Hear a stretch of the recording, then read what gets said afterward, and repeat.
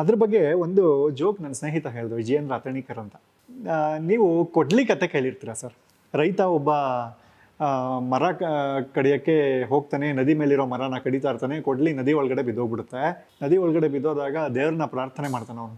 ಏನಪ್ಪ ಮಾಡೋದು ದೇವರೇ, ನನ್ನ ಕೊಡ್ಲಿ ಕೆಳಗಡೆ ಬಿದ್ದೋಯ್ತು, ನಾನು ಬಡವ, ಏನಾದ್ರು ಮಾಡು ಅಂದಾಗ ದೇವತೆ ಪ್ರತ್ಯಕ್ಷ ಆಗಿ ಮೊದಲು ಚಿನ್ನದ ಕೊಡ್ಲಿ ಕೊಡ್ತಾಳಂತೆ. ಚಿನ್ನದ ಕೊಡ್ಲಿ ಕೊಟ್ಟಾಗ ಅವ್ನು ಹೇಳ್ತಾನಂತೆ, ಇಲ್ಲ ಅಂತ, ಇದು ನಂದಲ್ಲ. ಎರಡನೇದು ಬೆಳ್ಳಿ ಕೊಡ್ಲಿ ಕೊಡ್ತಾರೆ, ಇದು ನಂದಲ್ಲ ಅಂತ. ಮೂರನೇದಾಗಿ ಇವಂದೇ ಕೊಡ್ಲಿ ತೆಕ್ಕೊಡ್ತಾಳೆ, ಅವಾಗ ಇದು ನಂದು ಅಂತ ಹೇಳಿದಾಗ ದೇವ್ರಿಗೆ ಖುಷಿ ಆಗ್ಬಿಟ್ಟು ಇದು 3 ಕೊಡ್ಲಿ ನೀನೇ ಇಟ್ಕೊ ಅಂತ ಕಳಿಸ್ಬಿಡ್ತಾರೆ. ಅವಾಗ ಇಲ್ಲಿ ಟ್ವಿಸ್ಟ್ ಏನಂದರೆ, ಆ ದೇವರ ಸ್ಥಾನದಲ್ಲಿ ಸೋಮೇಶ್ವರ್ ಅವರಿದ್ರೆ ಏನು ಮಾಡಬಹುದು ಅಂತ. ಮೊದಲು ಚಿನ್ನದ ಕೊಡ್ಲಿ ಕೊಡ್ತೀರಾ, ಅವನು ನಂದಲ್ಲ ಅಂತ ಹೇಳ್ತಾನೆ. ಬೆಳ್ಳಿ ಕೊಡ್ಲಿ ಕೊಡ್ತೀರಾ ಎರಡನೇದಾಗಿ, ಅವಾಗಲೂ ನಂದಲ್ಲ ಅಂತ ಹೇಳ್ತಾನೆ. ಅವನದೇ ನಿಜವಾದ ಕೊಡ್ಲಿ ಕೊಡ್ತೀರಾ, ಅವಾಗ ಅವನು ಇದು ನಂದೇ ಅಂತ ಹೇಳ್ತಾನೆ. ನಿಮ್ಮ ಉತ್ತರ ಸರಿಯಾಗಿದೆ, ಆದರೆ ನೀವು 3ನೇಯವರಾಗಿ ಹೇಳಿದ್ದಕ್ಕೆ ಈ 3 ಕೊಡಲಿ ನನ್ನಲ್ಲೇ ಉಳಿತು ಅಂತ ಹೇಳ್ತೀರಾ ನೀವು.